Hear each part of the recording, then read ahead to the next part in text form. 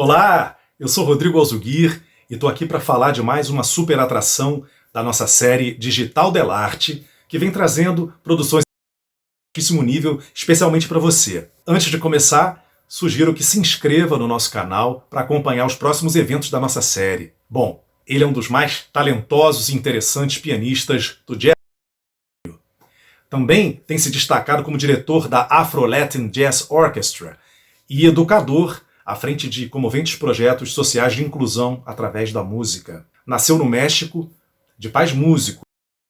A mãe era cantora, o pai cubano, trompetista, compositor, diretor de orquestra, o famoso Chico O'Farrill. Com apenas 5 anos de idade, aterrissou com os pais em Nova York, bem no meio da cena do jazz. Estou falando de Arturo O'Farrill. A apresentação que Arturo preparou especialmente para a nossa série Digital Delarte homenageia o lendário contrabaixista, compositor e ativista da luta antirracista Charles Mingus.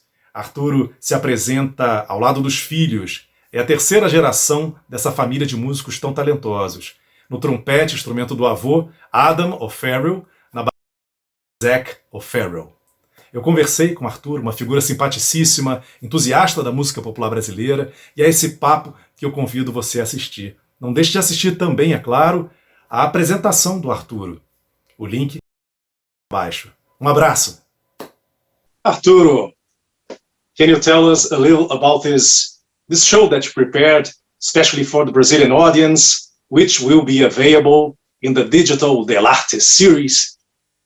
Well, I was thrilled when my manager told me that you wanted to do a special concert celebrating Charles Mingus. As I think Charles Mingus is probably one of the most important composers in my life.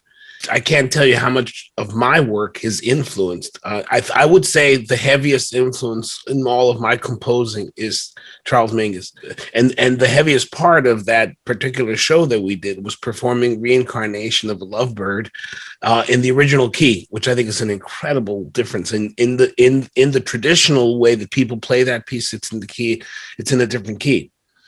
But just changing the key to the key that Charles Mingus wrote it in, it was really extraordinary because I felt like the music, I really connected more with it, and in the process of changing the key. Also, we were able to play some music that was inspired very, very much by Mingus. So I love this idea that show revealed very much how Latin, Afro-Latin, Afro-Latino, whatever you want to call it, the music of Mingus is. It lends itself to the music that we call Afro-Latin jazz. And so preparing the show and being able to perform his music, some of my music, some of my son's music that was influenced by the great master, Charles Mingus, that's what the show is. And I raised my children on Mingus.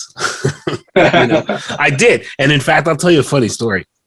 When I was growing up, my mother and father kept their record collection under lock and key. Wow. So, if you want to get a 12-year-old to break into anything, just lock it up. So when one day they were out of the house and I broke into the record collection, and the first thing I picked up was Mingus Wow. The very first piece on that is... right? Fables of Faubus. And I was hooked. I became a Mingus freak then and still to this day, I consider Charles Mingus the patron saint of jazz composition, along Duke Ellington and others, including Chico O'Farrill. Arturo, Charles Mingus died in 1979. That year, you were a promising young pianist playing in an upstate New York bar. Did you ever get to meet Charles Mingus in person? And what aspects of Mingus' legacy do you most admire?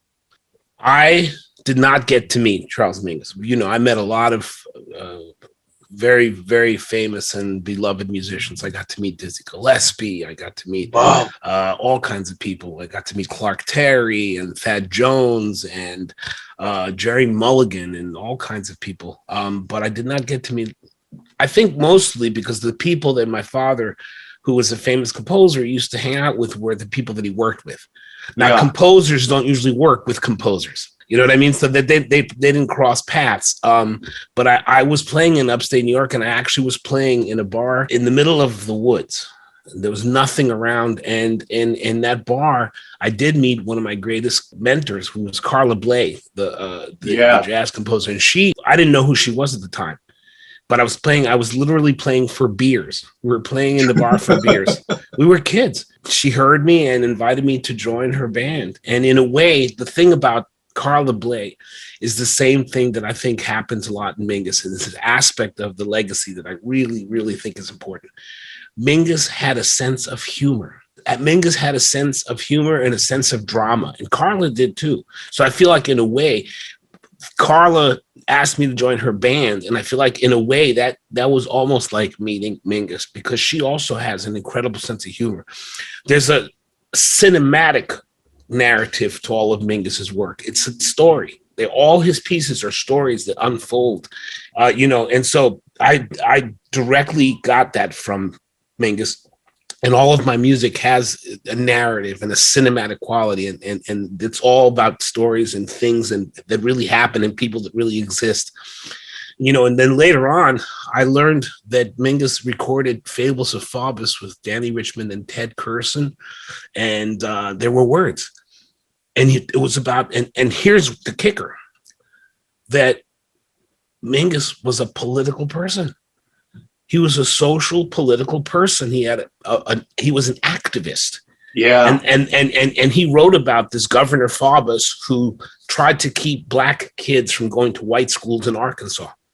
He actually compared him to the Ku Klux Klan, the Nazis. It was really, really powerful stuff. And so in my life, without a doubt, one of the biggest impacts that Mingus had on my music is that I also write very political music. I write music about injustice. I write music about socioeconomic oppression. I write music about racism and about people hurting other people. And it's just, and so very, very, very grateful to Charles Mingus to show us the way to have a conscience and a conviction and to reveal that in our creative work. I love Mingus for that, and I love that he lit the way. He paved the way for people who felt, because I didn't know you could do that. I just wanted to play the piano. I just wanted to be really good, But then all of a sudden, I was allowed. Mingus kind of gave us permission to marry our purpose with our conviction, with our art, and that's really given me the greatest joys of my entire existence. Wow. Very beautiful declaration. Arturo, what do you think is different about Latin music that makes it so hard for a foreigner to play it? And I would also like to ask you about your relationship with Brazilian music. If you could name some Brazilian musicians or composers that you like and you admire.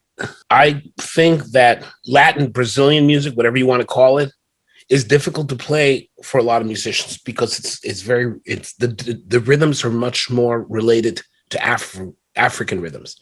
And so in jazz, you're taught to play a lot of pulse. But in Brazilian music, it's all about different Afro-Brazilian rhythms.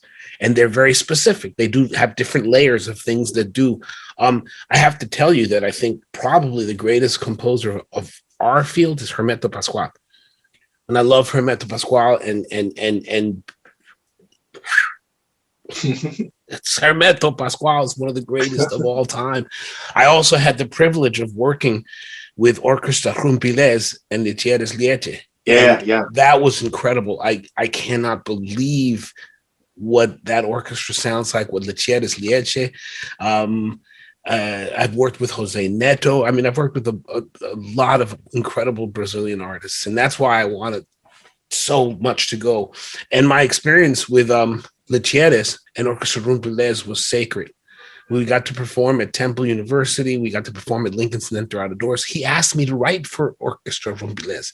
I wrote a piece for Orchestra Rumpilés, and they performed it, and it was like, it's such a magical group of people, the musicianship on that stage and the rhythm and the groove, the drummer for Orchestra Rumbiles is out of this world. But you're right. A lot of musicians don't know how to play our music. And I mean Afro-Brazilian, Afro-Latin, whatever you want to call it. It is music that is so closely related to the rhythmic roots in Africa that you can't think like this. Jing, jing, jing, jing, jing. You have to be really, really, you have to be able to see the different patterns. What my friend Andy Gonzalez told me is, if you really want to play this music accurately, you have to understand what each drum does. Every single layer, every percussion, every bell pattern, every block, every drum, you have to know that stuff. And a lot of times musicians, the musicians from not from Brazil or Latin America don't want to learn them. In this show where we are going to see, you have your kids in the band. Zach O'Farrell is the drummer and Adam the trumpeter. What is it like to play as a family? Do you still play at home to have fun, or do you see it mainly as work nowadays? No, I made one rule for myself when I was young, because I watched my father become a commercial musician for a while, and he was very unhappy about it. So I made a rule for myself. It was a very simple rule. I was going to play music I love, with people I love, for people I love. And so that was my standard. If I couldn't do that, I was going to drive a cab. I was going to drive a taxi. My kids are grown up. My oldest is 29. Zach is 29. Adam is 26. And so that they're already in their career. They're already along the way. But we've traveled a lot. I took them to Japan to play in the Mount Fuji Jazz Festival when my youngest was 12. We've played at the Barbican in London. We're playing at the Newport Jazz Festival this summer in Newport. We've played in Switzerland. We're doing a week in Switzerland. I mean, we've recorded together. I can't believe how exceptional it is to play with your family, with your sons. We do things that you can't do because it's extrasensory perception, ESP. We have ESP. And so I can do something on the piano that they just know, they follow, they hear it. It's like having a mental communication with them. Spiritual communication. It's spiritual communication, very spiritual. DNA. And it's also, I mean, it's been such a privilege I listen to this story. I can't even believe I'm saying this. We were invited by the State Department to go on tour of Russia 3 years ago. And we were in Russia for 2 weeks. We played all over Russia. And on my father's birthday, October 28th, we were playing Tchaikovsky Hall in Moscow. And my son and I, Adam and I, did a Chico Farrell composition, a beautiful, beautiful duet called Pure Emotion. I mean, I'm telling you, it was so powerful to celebrate with your sons, your father's work in Moscow at the Tchaikovsky Hall. And, and I consider that playing music on a high level with people you love is one of the greatest gifts that a person can have. And, it's funny because I'm proud of them, but I'm proud of them because they're really good human beings. They're incredible musicians, but they're both really gentle and humble and sweet and very, very kind. And that makes me prouder than anything. Great story. Arturo, you're known to be a passionate educator. You've been teaching at several colleges while leading a major program in the New York public school system. The Afro-Latin Jazz Orchestra, under your direction, provided instruments and instruction to public schools and produced a talented youth orchestra that you already mentioned, the Fat Cats. In your opinion, what is the importance of musical education for the new generation, especially those most in need of opportunities? I can't think of a life better lived than one as a musician. It's an honorable job. First of all, you can support yourself. Second of all, it's a beautiful way to experience happiness. And happiness is important, and you have to do what you love. You have to be who you are, and you have to give that away. And you can't give away love if you're not happy. And so teaching young people to understand that music is a real option is very important to me, because I think that there are a lot of people who want to play music, who are scared to play music, who think they can't make a living, or parents who think that it's not a good way to make a living. I'm also passionate about it because I love to give away that which I cannot keep. I can't keep this information. It's not going to stay here, you know? And so giving away information to young people, watching the lights turn on, bing, bing, bing, bing, bing, bing, bing, watching them go, oh yeah, really? And that's the greatest feeling in the world. And so one of the first things I did when I created the orchestra was create the Afro-Latin Jazz Alliance, which is a nonprofit, and the Afro-Latin Jazz Academy, which is where we go into the New York City public school system and literally give instruments to kids to learn to play. We give them instruction, we give them theory, and we give them ensemble. We also have, as you mentioned, the youth ensemble program, the Fat Cats. I'm on the faculty of UCLA. I've taught at the Manhattan School of Music. I've been a college professor for 20 years. And I mean, I can't separate performance from education. They're not different. To me, you are teaching, whether you realize it or not. And the only thing that really matters is if you care. If you care enough to learn how to teach well, if you care enough to learn about students and their lives and their needs, it's not me giving them information. It's me getting them to ask the right questions. The job of a teacher is not to give away the information. The job of a teacher is to make a student hungry to learn. And so I feel like I have that, and it's quite amazing to me to be able to teach on, and it's like I get up and I get to play music for a living. I get up and I get to teach music for a living, and I can't believe what a good life that is. And if I can help somebody else have that life, that's what I want to do. Arturo, finally, I would like to ask you about new post-pandemic projects, and ask you to invite the Brazilian audience to watch your show in tribute to the great Charles Mingus. When the pandemic began, we started a weekly show that is streamed on Facebook and YouTube. And we started it to raise money for people who lost their lives, people who lost their living in the pandemic. So we raised $105,000 that we gave away to singers, dancers, artists, actors, instrumentalists. And that post-pandemic project became a record called Virtual Birdland. We're going to do our 59th episode of Virtual Birdland.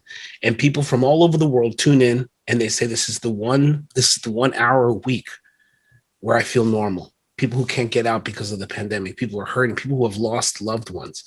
So that's one post-pandemic project. The other one is that I just signed a record contract with Blue Note Records. And so I'm bringing out the first recording in September based on ballet music that I wrote for a Cuban dance company called Malpaso. And I'm working on an opera. Wow. I have a new composition called Mundo Agua. That's being done in Columbia University. So I'm always busy, but I am so privileged and thrilled to be part of this and to invite the Brazilian audience to join us in a celebration of one of the guiding spirits of my life, the late, great Charles Mingus.